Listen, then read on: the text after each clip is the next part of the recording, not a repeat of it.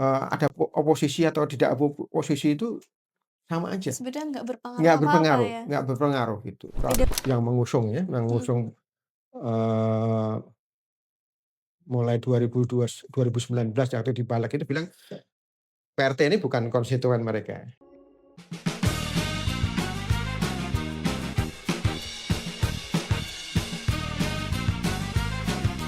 halo kawan-kawan semua, balik lagi di Parlemen Watch Podcast dari Indonesia Parliamentary Center. Halo semuanya, aku Jasmine. Kita di sini bakal ngobrol-ngobrol soal, salah satu undang-undang yang udah lama banget, bisa dibilang mangkrak gitu ya di DPR. Tapi kali ini aku nggak sendiri, aku ditemenin sama Mas Ari dari Jala PRT. Halo Mas, Iya, halo, gimana Mas kabarnya? alhamdulillah sehat. Oke, jadi ini pertama kali Jala PRT ke EPC ya Mas? Oh, oke. Oke, jadi mungkin, bisa ceritain dulu nih Mas kesehariannya Jala PRT tuh kegiatannya apa aja? Terus mungkin ada advokasi apa aja nih yang Oke. dilakuin sama Jala PRT? Oke, kalau Jala PRT, advokasi sekarang fokus ya di rancangan undang-undang perlindungan pekerja rumah tangga ini yang memang sudah lama kita advokasi ya. Bahkan bisa dikatakan salah satu mandat berdirinya Jala PRT itu ya advokasi RUU PRT ini gitu. Tapi selain advokasi ini tentu kita banyak ya soal kampanye kita lakukan, kampanye, eee, di media sosial ya, Mhm, khususnya tentang hak-hak pekerja rumah tangga, tentang kerja layak bagi PRT ya. Kemudian juga kita ya ada sekolah-sekolah PRT sekarang ini kan kita ada di 7 kota gitu yang, serikat-serikatnya ada yang sebulan sekali, ada yang sebulan 2 kali ada sekolah gitu ya. Sekolah mereka yang materinya macam-macam ya, tadi terkait dengan, teman-teman PRT sendiri gitu ya. Ada pengorganisasian, perekrutan anggota begitu ya. Kemudian juga apa, eee, berjaringan ya dengan kelompok-kelompok lain ya. Kita punya koalisi besar ya, koalisi sipil untuk undang-undang perlindungan PRT ini juga punya apa, agenda-agenda selain RUU PRT juga kadang-kadang tentang hak-hak perempuan, tentang buruh dan sebagainya gitu. berarti Jala PRT ini udah jaringannya ada di seluruh Indonesia ya, Mas? Ya kalau jaringan kawan ya, tetapi kalau jaringan serikat PRT belum seluruh Oke, Indonesia ya. Tapi kalau NGO-NGO, apa namanya, yang saling mendukung begitu ya, itu ya sudah hampir sebagian besar di Indonesia ada gitu ya. Eee, yang memang, isunya memang kadang-kadang tidak hanya sekedar tentang pekerja rumah tangga ya, mhm, nah isu-isu perempuan, isu-isu, kemiskinan, isu-isu, kerja perawatan gitu ya. oke. Tahun ini kan, rancangan undang-undang PPRT ini udah masuk ke 22 tahun ya, belum juga disahkan gitu, Oke. Mas. Nah, sampai saat ini tuh gimana sih perkembangan proses advokasi di DPR soal RUU ini? Ya, memang ini, setelah DPR periode kemarin 2019, 2004 tuh gagal gagal disahkan padahal tinggal sedikit lagi gitu ya. Kalau ukuran waktu misalnya kalau teman-teman, DPR tuh apa, serius gitu ya, pimpinannya serius, anggota-anggotanya serius gitu mungkin seminggu selesai gitu. Tapi karena belum sampai tingkatan pembahasan jadi, eee, nggak bisa carry over gitu ya. Mulai dari nol nih, periode DPR periode nol cuman, kata mereka itu walaupun mulai dari nol tapi akan dipercepat gitu. Nah proses sekarang ini masih dalam proses penyusunan di badan legislasi, di panjanya, Mhm, di panja badan legislasi dan, eee, ada beberapa pasal ya, ada beberapa isu di situ yang memang belum belum ada kesepakatan, belum clear gitu. Eee, jadi masih di situ, kita terus pantau memang soal itu. Jadi ada 3 tidak-tidaknya itu ada 3 isu ya yang, masih alot ya. Ada soal upah, ada soal, perselisihan ya, penyelesaian perselisihan itu. Kemudian ada satu lagi, terkait inilah, terkait jam sos. Sosial Jaminan tenaga sosial. kerjaan ya, sosial tenaga kerjaan itu. Untuk hal-hal yang lain relatif lebih ini ya, lebih, oke, sudah sepakat gitu ya. Walaupun kita juga belum tahu karena, sayanya Panja Balik ini masih pengen dapat masukan terus gitu ya. Mmm, Padahal kita tahu bahwa sudah 22 tahun gitu ya, masukan dari mana-mana, RDPU sudah berulang-ulang begitu kan. Menjaring aspirasi sudah berkali-kali gitu. Tapi nggak tahu, mungkin ada beberapa hal yang tidak tidak apa ya, tidak kita ketahui gitu ya. Apa sebenarnya mengapa masih begitu gitu. Cuma kita menduga-duga begitu, menduga-duga begitu. Karena kadang-kadang apa yang disampaikan belum tentu benar gitu. iya. Eee, Kenyataannya apakah seperti itu, apa, hambatan-hambatannya kenapa ini nggak cepet-cepet gitu. Kalau dari Mas Ari sendiri nih waktu lihat DPR-nya itu sikapnya mungkin nggak serius kah? Atau seperti selalu meminta masukan, kira-kira hambatannya apa sih? Kenapa mereka itu selalu seperti itu? Ya, kalau misalnya ya ini pertama-tama yang kita tahu bahwa, eee, ini tidak dianggap mendesak. Ya, Mmm, ini bahkan ini nggak dianggap penting ya buat, kawan-kawan PRT. Dan beberapa ya salah satu anggota legislatif pernah mengatakan bahwa sebenarnya ini, secara politik ya, secara politik, secara ekonomi gitu ya, eee, tidak menguntungkan, tidak memberikan, apa dampak nama gitu-gitu iya, ya mungkin ya? dampak ke mereka. Bahkan kalau bahkan misalnya Nasdem ya, Nasdem itu yang mengusung ya, Mhm, mengusung, eee mulai 2019 waktu di balik itu bilang, PRT ini bukan konstituen mereka, gitu. Eee, jadi kalau mereka mengusung ini ya, apa namanya, bukan persoalan karena memang akan merebut atau mendapatkan suara dari teman-teman PRT gitu. Nah, kita, kalau misalnya ya soal kenapa misalnya bisa disalib oleh RUU yang nyalin karena memang ini dianggap mungkin nggak penting. Dianggap yang penting bahkan mungkin malah menghalangi. Me menghalangi me aturan yang lain seperti me itu? ya menghalangi atau mengurangi ya privilege, anggota-anggota DPR gitu ya, Mmm, yang selama ini dinikmati gitu. Karena kita tahu bahwa banyak kan, bahkan mungkin bisa dikatakan hampir semuanya gitu ya, anggota legislatif itu punya pekerjaan rumah tangga. Yang selama ini mungkin, punya keistimewaan atau privilege ya yang mereka mereka dapatkan gitu ya dengan mempekerjakan PRT gitu. Jadi kalau ada undang-undang ini mungkin privilege-nya akan berkurang. Misalnya, eee, harus ada, libur mingguan misalnya begitu ya, iya, di dalam undang-undang itu kalau di dalam RUU itu gitu. Jadi kalau misalnya disahkan kan mereka harus ada apa, waktu yang tidak ada PRT mhm, misalnya begitu, atau PRT harus istirahat gitu. Nah ini mungkin mungkin, dia akan berkurang dan sebagainya. Itu ya, tebakan-tebakan kita seperti itu. Tapi kalau menurut apa yang disampaikan misalnya ada yang bilang bahwa perlu kajian lagi. Nah ini nggak masuk akal kalau bilang harus ada kajian lagi, karena sudah 22 berkali-kali. tahun ya. Kajian sudah berapa banyak tuh ahli-ahli apa, yang kita diundang oleh DPR Mhm, ya, untuk mendapatkan masukan.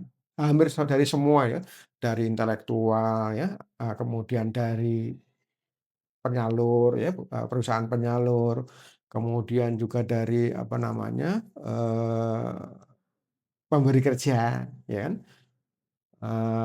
Ya kita dari NGO-NGO, PRT, dari akademisi, hampir semuanya sudah gitu ya.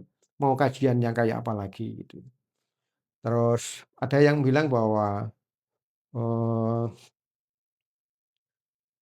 apa, ya RUU ini ditakutkan gitu bisa me me menghilangkan atau mengurangi atau bertentangan dengan asas kekeluargaan, asas gotong royong. mmm, Dan itu nggak benar gitu.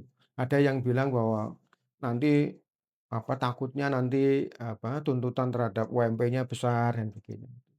Nah, dalam beberapa hal kita kita dari pernyataan-pernyataan itu kita mungkin, bisa menyimpulkan bahwa kawan-kawan yang menyatakan seperti itu nggak baca dengan baik gitu. Rancangan itu nggak dibaca dengan baik.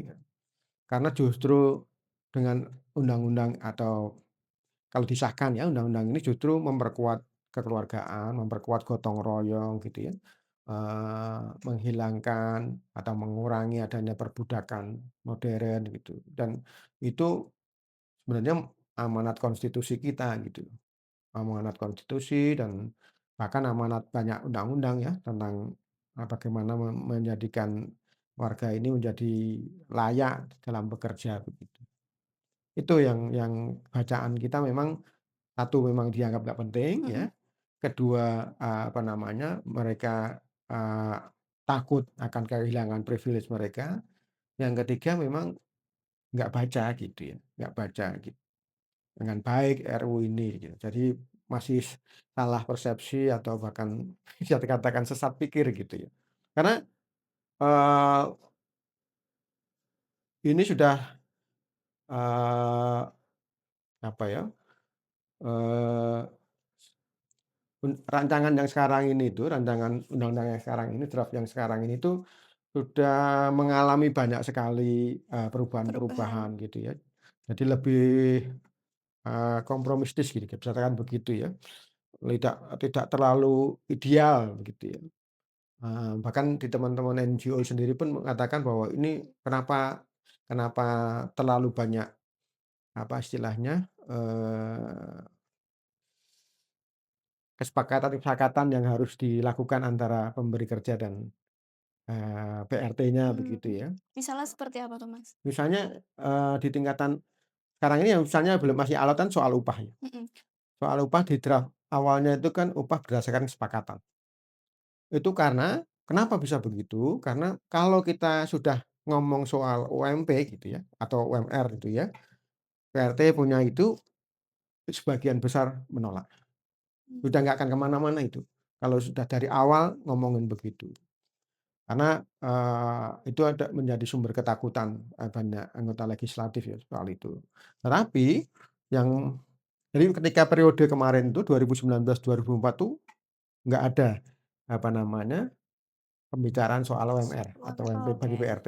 Nah, tetapi yang sekarang ini muncul Oh, lagi, tiba-tiba ya ya dibahas lagi ya? ya anggota DPR memunculkan, karena bagaimana kalau disebut dengan, akan terjadi perlindungan kalau Mhm. memang nggak ada standarnya upah gitu. Nah, menurut kami, bagus saja kalau ada perdebatan soal ini karena memang, eee eee, untuk salah satu menghilangkan ya, menghilangkan, eee, apa namanya, kesan perbudakan modern gitu ya, memang harus salah satunya harus upah yang layak gitu. Walaupun mungkin hitung-hitungannya akan berbeda dengan, upah atau standar upahnya, pekerja-pekerja yang di pabrik gitu ya, buruh-buruh pabrik gitu, pasti akan berbeda. Tetapi, dari banyak beberapa negara itu bisa dilakukan. Filipina kan melakukan itu juga kan, punya punya standar untuk teman-teman PRT gitu, walaupun apa namanya, sekarang ini ada upaya untuk mengamandemen ya, teman-teman itu karena mungkin sudah perlu disesuaikan dan sebagainya. Tapi itu bagus untuk sebagai standar bahwa, eee, minimal ya, namanya standar minimal, upah minimum ya jangan sampai, dia bekerja tapi, seperti budak gitu, diupah dengan rendah gitu, yang tidak sesuai, sama sekali dengan persoalan kemanusiaan gitu. Itu menurut saya bagus juga kalau ada perdebatan itu sekarang ini di DPR gitu, walaupun tapi tentu saja tidak harus lama-lama gitu. Karena justru nanti akan semakin ditunda-tunda gitu ya, Betul Mas? betul. Nanti, harus ada, eee, kesepakatan soal itu gitu. Mhm. Tadi menarik disampaikan terkait dengan privilege ya, para Mmm, pemberi kerja mungkin dengan adanya RUU ini takut mereka terbebani atau kehilangan privilege iya lah gitu. betul. Tapi, gimana sih sebenarnya undang-undang ini tuh justru ngasih kepastian hukum gitu Mas, buat Oke, para pemberi kerja? iya justru ini karena dengan kedua belah pihak ini kan sekarang diatur ya, Mhm. hak dan kewajibannya gitu. Nah, karena diatur hak kewajiban kedua belah pihak ini, jadi kalaupun, eee, satu pihak, apa istilahnya, merasa tidak puas gitu atau satu pihak merasa dirugikan gitu ya, kan bisa, eee, komplain atau bisa mengadukan ke nanti akan ada itu, lembaga penyelesaian perselisihan itu di situ. Dan, teman-teman PRT ya selama ini kan kadang-kadang, pemberi kerja mengeluhkan misalnya tiba-tiba ilang gitu ya, Mhm, nggak balik, izin pulang tapi nggak balik lagi gitu. Nah itu, dengan undang-undang ini apa namanya, itu diantisipasi gitu. Jadi, antisipasinya lewat apa, ya harus ada misalnya kalau mengundurkan diri ya harus ada pernyataan sebulan sebelumnya begitu ya, dengan alasan yang jelas seperti apa. Jadi, dan apalagi teman-teman atau para pemberi kerja ini kan juga diundang ya di dalam RDPU ya, mhm, mereka juga bisa menyampaikan aspirasinya kayak apa. Tapi intinya bahwa, perjanjian kerja ya di antara keduanya itu penting, ya. Nah ini kadang-kadang juga teman-teman, ada ya pemberi kerja merasa senang gitu, karena selama ini nggak jelas begitu ya, dengan mhm. begitu akan jelas gitu. Kamu punya apa, PRT punya hak apa, majikan atau pemberi kerja punya hak apa, kewajibannya dua belah pihak benar-benar diatur. Dan kalau misalnya nggak sesuai, bisa apa, mengadukan kepada, lembaga penyelesaian perselisihan, begitu.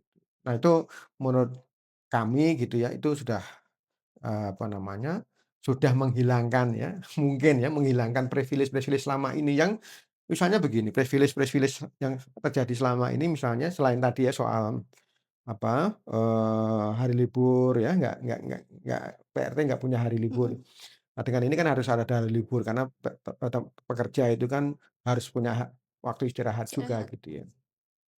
Juga soal, kepastian ya, kepastian tentang apa yang harus dilakukan, pekerjaannya apa begitu. Selama ini kan kadang-kadang, eee sekarang ini mayoritas ya, mayoritas PRT di Indonesia itu, melakukan, eee, pekerjaannya itu, hubungan kerja dengan pemberi kerjanya itu secara lisan, tidak ada kontrak kerja secara tertulis. Oke, nggak ada tanda tangan yang Nggak ada secara resmi nggak ada juga ya, ya? heeh. Nah, kadang-kadang secara lisan itu bilang bahwa kamu akan melakukan A, B, C gitu ya, nanti kamu mendapatkan A, B, C juga misalnya. Tapi kenyataannya nggak begitu, bilangnya A, B, C tetapi yang nyatanya A, B, C, D, E, F, G gitu ya, Mmm, nggak dan itu nggak bisa nggak ada yang ngontrol, nggak ada apa, tempat untuk komplain, kayak pun gitu minta kan. tanggung jawab atas lisan itu nggak bisa ya, Iya, Mas, ya? nggak bisa. Kecuali memang kalau yang lisan itu ditulis ya, ditulis misalnya PRT berinisiatif menulis gitu ya, Mhm. kemudian ditandatangani dua belah pihak misalnya begitu ya, menjadi perjanjian atau kontrak kerja secara tertulis, tapi rata-rata nggak seperti itu.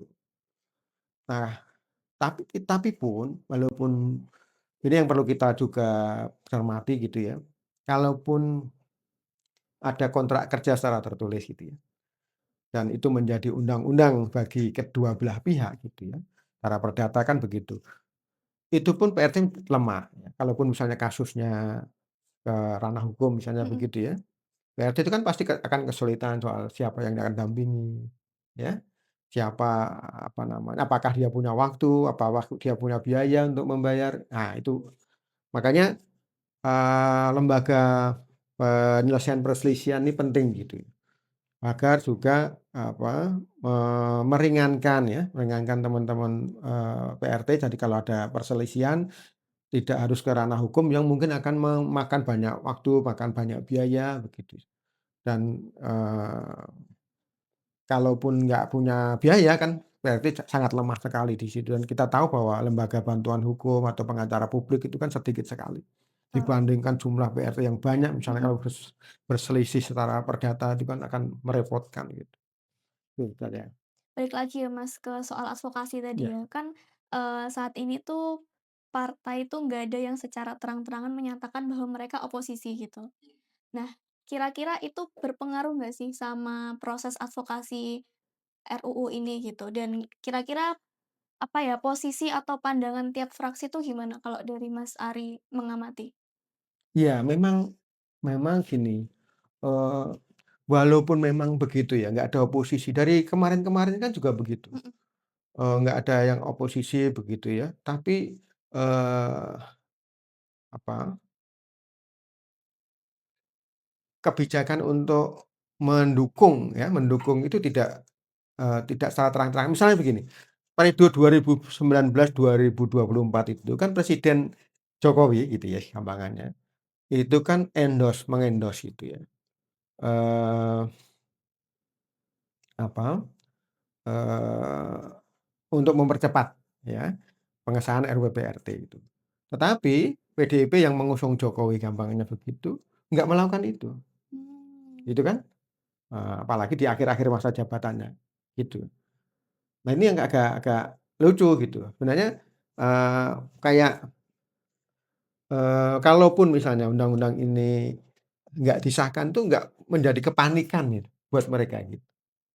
Jadi, eee, apa namanya, pemerintah ya enjoy-enjoy saja, misalnya nggak ada kerjaan baru misalnya begitu kan. Di DPR juga nggak punya, apa namanya, bahwa ini harus diperjuangkan dengan all out gitu. Jadi, ada oposisi atau tidak oposisi itu sama aja, Sebenarnya nggak berpengaruh apa-apa ya? nggak berpengaruh gitu soal Beda ini. banget sama, RUU TNI sama BUMN kemarin ya, Pak, gitu. Betul, dan ya itu karena mungkin ya dianggap penting buat mereka Iya, kayak gitu itu, penting. Jadi kalau nggak keliru kan ada persoalan-persoalan yang terkait dengan pemerintahan, tata kelola pemerintahan dan terkait dengan pengelolaan sumber daya alam yang besar. Nah itu baru mhm. ada perhatian dari mereka. Misalnya pemilu nanti pasti akan seluruh pada perhatian semua itu, semua partai-partai begitu ya. Atau soal apa namanya, TNI, Polri, PNS gitu kan mereka akan soal tata kelola pemerintahan itu mereka akan serius gitu ya. Kalau soal ini, ya ada ya oke, nggak ada ya kayak gitu. Kayak kita harus dorong betul, Mhm. kita harus dorong betul untuk betul-betul jadi gitu ya. Yang selama ini memang, Nasdem gitu ya yang mengusungnya itu. Tapi, eee, apa, tidak segencar juga ya periode yang kemarin itu, Nasdem itu. Sekarang ini juga agak menunggu gitu, walaupun tetap bekerja secara diam-diam, tetapi kalau dulu kan kelihatan betul gitu ya. Bahkan kalau periode yang lalu itu hampir menggunakan semua sumber daya gitu ya. Misalnya televisi Metro ya, terus kemudian anggota MPR dari Nasdem itu Mbak Lestari Murdiat itu kan Mhm. punya forum Denpasar 12 ya. Itu RUU-PRT itu 6 kali kayaknya, 4 atau 6 kali lupa saya, itu dijadikan bahan di dalam diskusi itu, Mhm. diskusi online yang, ya apa namanya, pesertanya banyak sekali itu seluruh Indonesia begitu. Berarti sekarang malah makin lambat gitu ya, Ya menurut saya kelihatannya? tidak segencar dulu itu ya, tidak segencar dulu tapi tetap ada upaya itu, tetap ada, eee, bahkan kalau periode yang lalu itu PKB kan salah satu juga yang mendukung gitu ya. Mhm. PKB itu, DPP-nya aku nggak tahu apakah itu Caimin gitu ya, me me me menginstruksikan dalam satu hari itu nge-tweet gitu untuk mendukung pengesahan RUU-PRT. Jadi pernah, waktu itu trending gitu ya. Oke, Nah RUU-PRT itu trending karena PKB ada instruksi. Nah mungkin penting juga kalau di periode ini gitu ya, partai-partai juga punya punya sikap kayak gitu ya. strategi juga ya di Ya media gitu, gitu. agar tepat gitu ada menjadi perhatian publik gitu. Karena ini PRT ini kan bias kelas juga gitu ya. Mhm. Jadi mungkin kelas tengah dan kelas atas itu juga mungkin nggak berkepentingan atau justru bahkan akan tadi sama saja dengan anggota legislatif, jangan-jangan privilege kita juga akan berkurang gitu Betul. dengan itu. Jadi dukungan, publik itu apa namanya, kurang apa namanya, masif gitu ya. Jadi kita seperti kelompok-kelompok PRT dan pendukungnya itu perlu apa, mendapat dukungan yang lebih gitu, dari kelas kelas tengah maupun kelas atas gitu, bahwa ini penting tidak hanya buat PRT gitu ya, tapi buat Indonesia gitu. Karena kalau, teman PRT-PRT ini sejahtera gitu kan akan berdampak sebenarnya pada eee, ya selama ini sudah kontribusinya besar terhadap masyarakat kan, mereka bisa bekerja teman-teman yang di kelas tengah, kelas atas tuh Mhm. bekerja dengan baik, bisa beraktivitas dan sebagainya kan dukungan dari, teman-teman PRT ini gitu. Tapi selama tidak ada kepastian hukum ini tuh potret kerentanan PRT di Indonesia seperti apa sih, Pak? Ya rentan karena gini, eee, kita seperti nggak tahu ya Mhm. kondisi PRT di dalam rumah itu seperti apa. Jadi kalau ada kekerasan biasanya setelah setelah parah begitu ya, atau tidak ekstrim ya, kondisi ekstrim baru ketahuan. Baru ada beritanya gitu ya, Betul, Mas, baru ya? ada beritanya, misalnya dia lari atau dia tetangga yang tahu begitu. Tapi Heeh. selama, itu enggak gitu ya, dianggap sudah enggak ada apa-apa gitu. Mmm. Padahal kita enggak tahu banyak sekali kekerasan yang terjadi gitu di balik rumah begitu. Nah, undang-undang ini kalau disahkan begitu ya, itu bisa meminimalisasi kekerasan itu karena ada kewajiban pemberi kerja itu untuk lapor. Mmm. Ya, lapor ke aparat setempat, tidak hanya sekedar lapor ketika dia mempekerjakan PRT, tetapi ada nanti ada tindak lanjutnya bahwa itu juga harus ada istilahnya apa ya,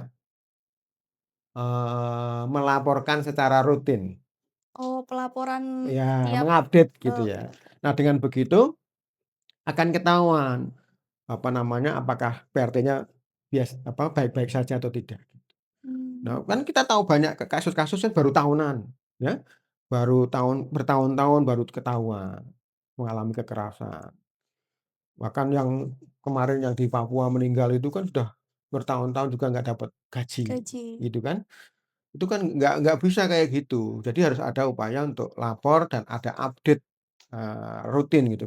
Entah itu 3 bulan kah, entah itu apa namanya, kalau mungkin setengah tahun terlalu lama ya, mungkin 3 bulan mungkin gitu ya. Ya kan gampang cuman, apa namanya, datang ke aparat-aparat setempat gitu. Eee, dengan demikian ketahuan dia baik-baik saja atau tidak. Itu menurut menurut kami bisa me meminimalisasi ya kekerasan. Kalau kekerasan ada kekerasan di situ kan cepat ditangani dan, tidak sampai harus bertahun-tahun begitu ya, tidak harus menderita bahkan sampai meninggal dunia gitu. Itu menurut saya. Berarti dengan adanya undang-undang ini tuh, apakah akan ada semacam pendataan gitu kah, untuk Betul keluarga-keluarga yang mereka memperkerjakan betul. PRT gitu? Jadi ada proses lapor itu baik di, apa namanya, di tempat kerjanya, Mhm. di lokasi wilayah tempat kerjanya maupun dari wilayah asalnya. Jadi misalnya Mmm. kalau, apa namanya, si A dari, apa, kampung di Jawa misalnya begitu, dia ke Jakarta di Jawanya sana dia di RT RW-nya Dia ada melaporkan. laporan, ya ada laporan dia bekerja di misalnya di, Jakarta Selatan, misalnya di Tebet misalnya begitu ya. Nah, si kampungnya di kelurahan di Tebet itu atau di RT RW dia tempat bekerja itu majikannya juga harus lapor. Mmm. Jadi dua-duanya dapat kita datanya gitu.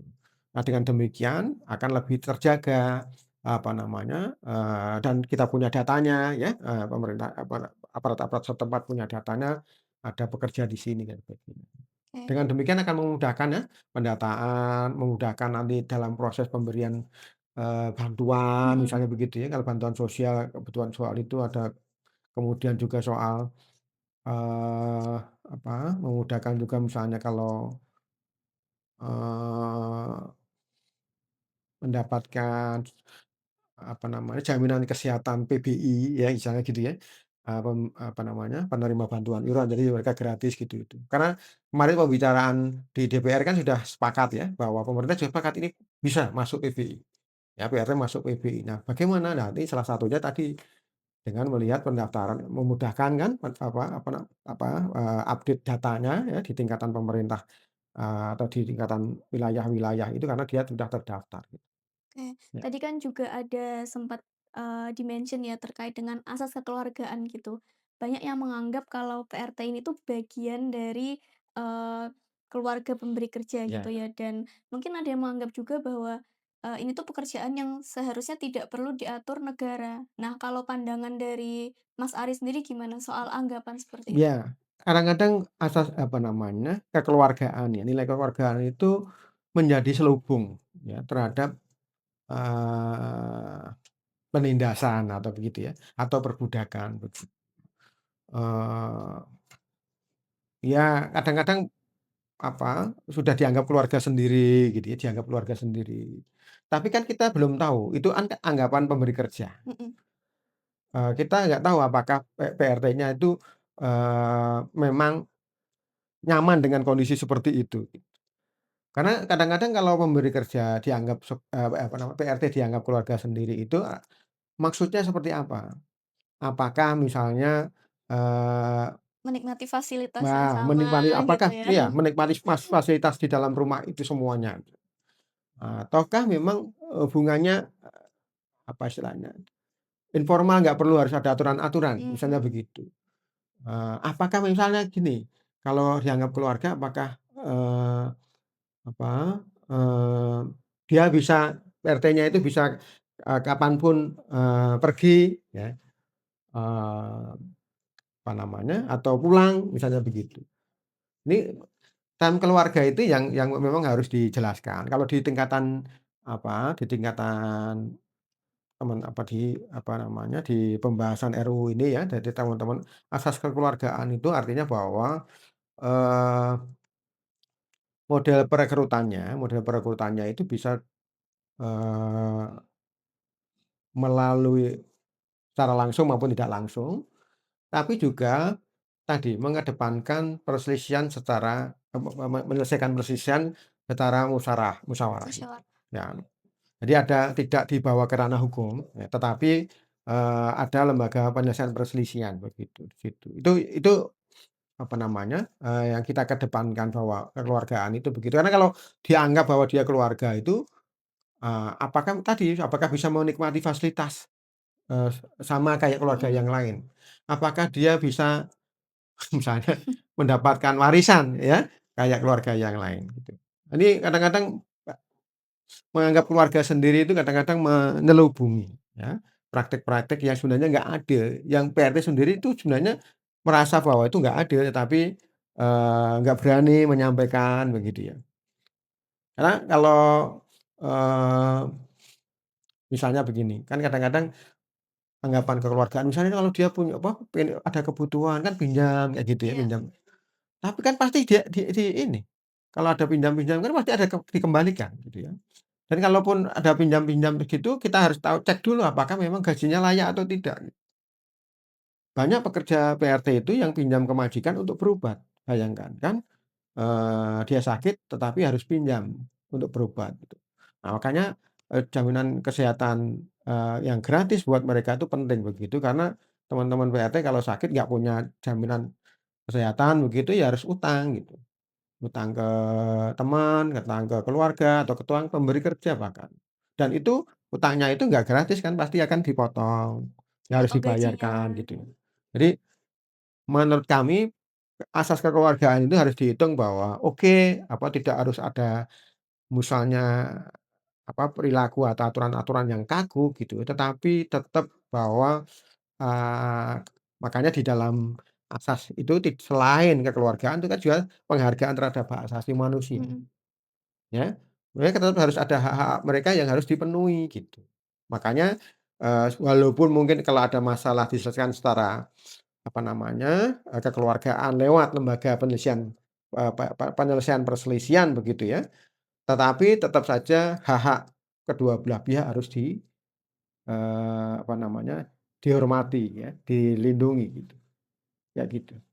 Berarti selama ini kalau misalnya ada kasus atau mungkin, kendala dari PRT itu mereka mengadukannya ke siapa ya? Ya kalau agak agak bermacam-macam ya, kadang-kadang kadang-kadang gini, ada kasus-kasus yang tangani kalau yang sudah berserikat gampang, kalau yang sudah berserikat yang dalam jaringan Jala PRT itu, biasanya serikat-serikatnya itu kan punya pengurus-pengurus itu.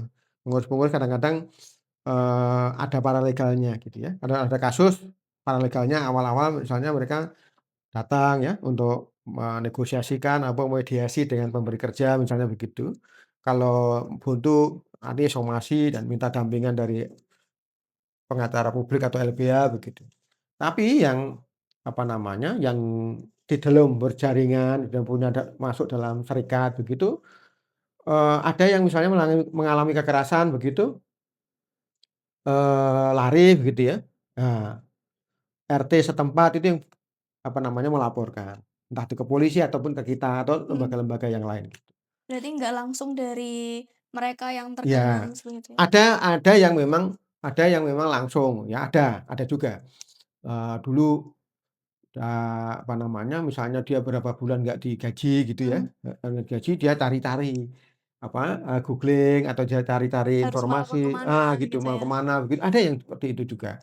Akhirnya ketemu Jala kayak gitu juga, dan akhirnya, Jala terlibat gitu, itu ada juga begitu, macam-macam. Ada yang telepon ya, nggak tahu dia mungkin dapatkan di website atau dapat dari teman atau di media sosial begitu. Ada yang langsung ke Komnas Perempuan juga ada, seperti itu juga ada. Tapi itu masih sedikit ya, menurut saya itu mungkin penting nanti kalau, undang-undang ini bagaimana kalau misalnya ada kasus-kasus itu, mereka kemana mereka akan lapor gitu ya. Karena mau tidak mau kalau undang-undang ini disahkan ada, eee, apa istilahnya ya, eee, Lembaga.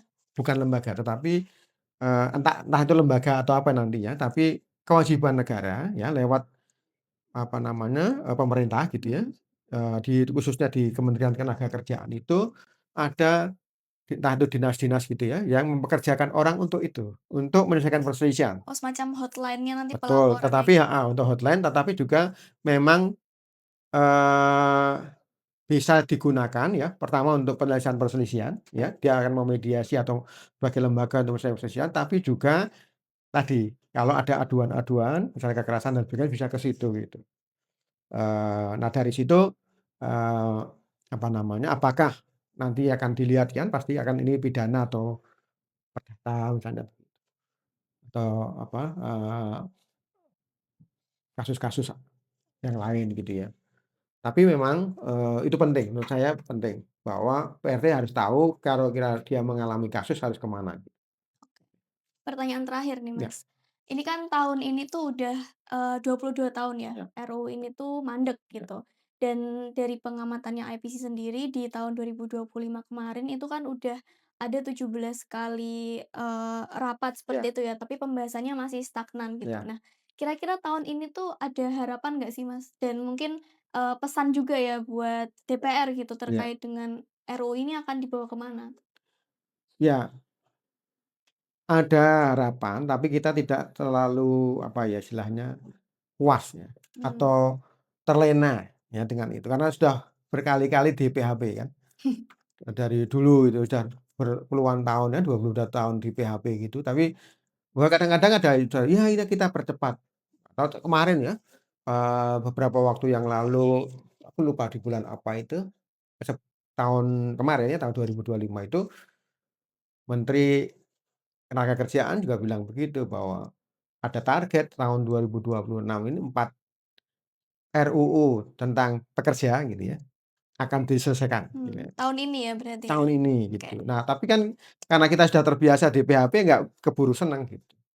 Kita tetap harus mengawasi terus mendesak gitu ya, dengan upaya-upaya kita walaupun kita juga tidak terlalu tidak apa namanya, putus harapan begitu ya. Kita punya harapan cepat diselesaikan begitu, tapi di satu sisi juga kita tidak harus apa namanya, terlena dengan janji-janji itu. Kan kita tahu bahwa Presiden Prabowo tahu tahun 2025 bilang 1 Mei itu kan, 3 bulan akan selesai, tapi nyatanya kan enggak. Udah berapa bulan dari 1 Mei Iya, ya kita sekarang? sudah berapa bulan, hampir setahun lagi kan, Iya, sudah betul. hampir setahun begitu kan, gitu. Nah, dengan alasan macam-macam begitu. Nah, kita kayak gitu aja, sementara terus melakukan mendesak mereka gitu, melakukan lobi, melakukan upaya-upaya kampanye begitu ya, tetapi, walaupun nanti akan ada perkembangan bagus ya oke, kita sambut. Makasih banyak Mas Ari gitu Ya, ya Mbak Jasmine, ngobrol-ngobrolnya gitu. oke, Semoga obrolan kita ini ditonton ya sama teman-teman DPR gitu dan juga jadi catatan supaya, tadi yang disampaikan kalau tahun ini tuh memang, PPRT tuh jadi prioritas ya. gitu. Terima Oke. kasih teman-teman semua udah nonton Parlemen Watch Podcast, sampai jumpa di podcast selanjutnya. Terima kasih.